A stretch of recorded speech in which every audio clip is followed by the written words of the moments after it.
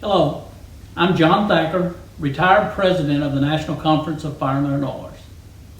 President DeVita asked me to say a few words about our upcoming presidential election.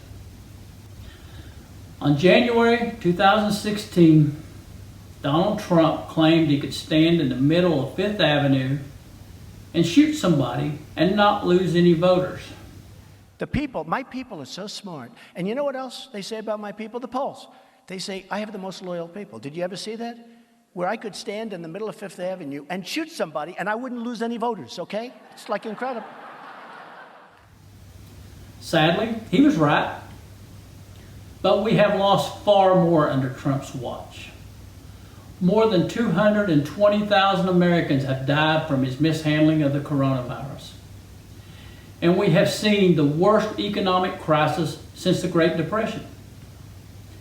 Millions of workers have lost their jobs, including thousands of union workers. The stakes could not be higher in this election.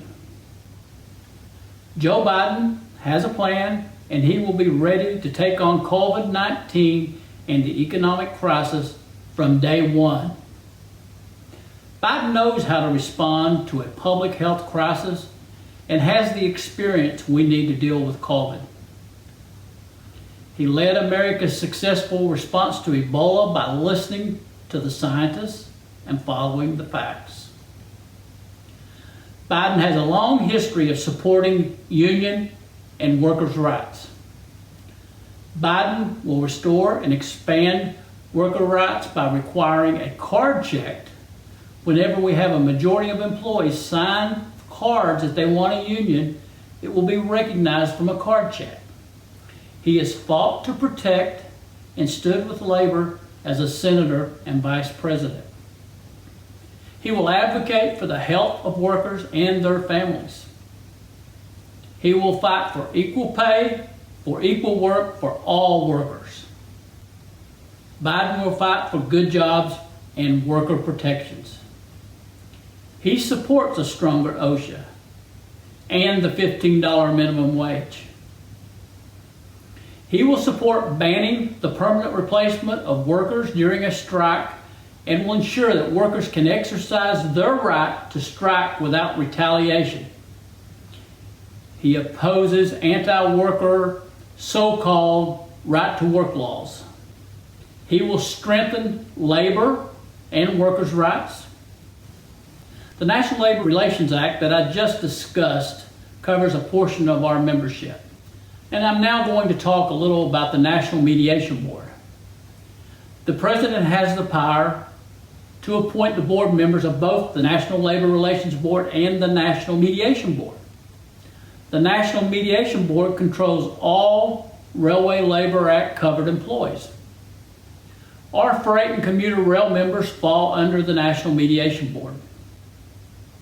I'm going to use the freight railroads contract as an example. We have one national contract that covers around 30% of our membership. Brother Edmunds has a very good breakdown of how the sitting president at that time, either Democrat or Republican, affects the contract of all rail labor.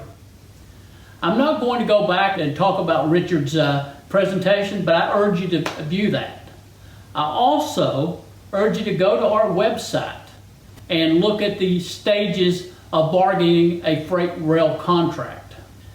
And what happens is at the end of bargaining, if no agreement is reached by the parties, the President of the United States appoints a presidential emergency board to hear the arguments of both sides, and then that panel will make a recommendation back to the President, and that will probably be your contract. I have been involved in this bargaining for many years. And I have no doubt that our members will be much better off if Joe Biden is appointing members to the Presidential Emergency Board. Our country is so divided. Joe Biden's administration will unite our country. Joe comes from a working class family, so he understands the problems we're facing. He has developed a forward-looking, build back better agenda to create good jobs and address inequalities to make our country even stronger. I want to thank each of you for your support over the years. And as we continue to fight for our union, I strongly urge you to vote for Joe Biden. God bless you, my brothers and sisters, and God bless America.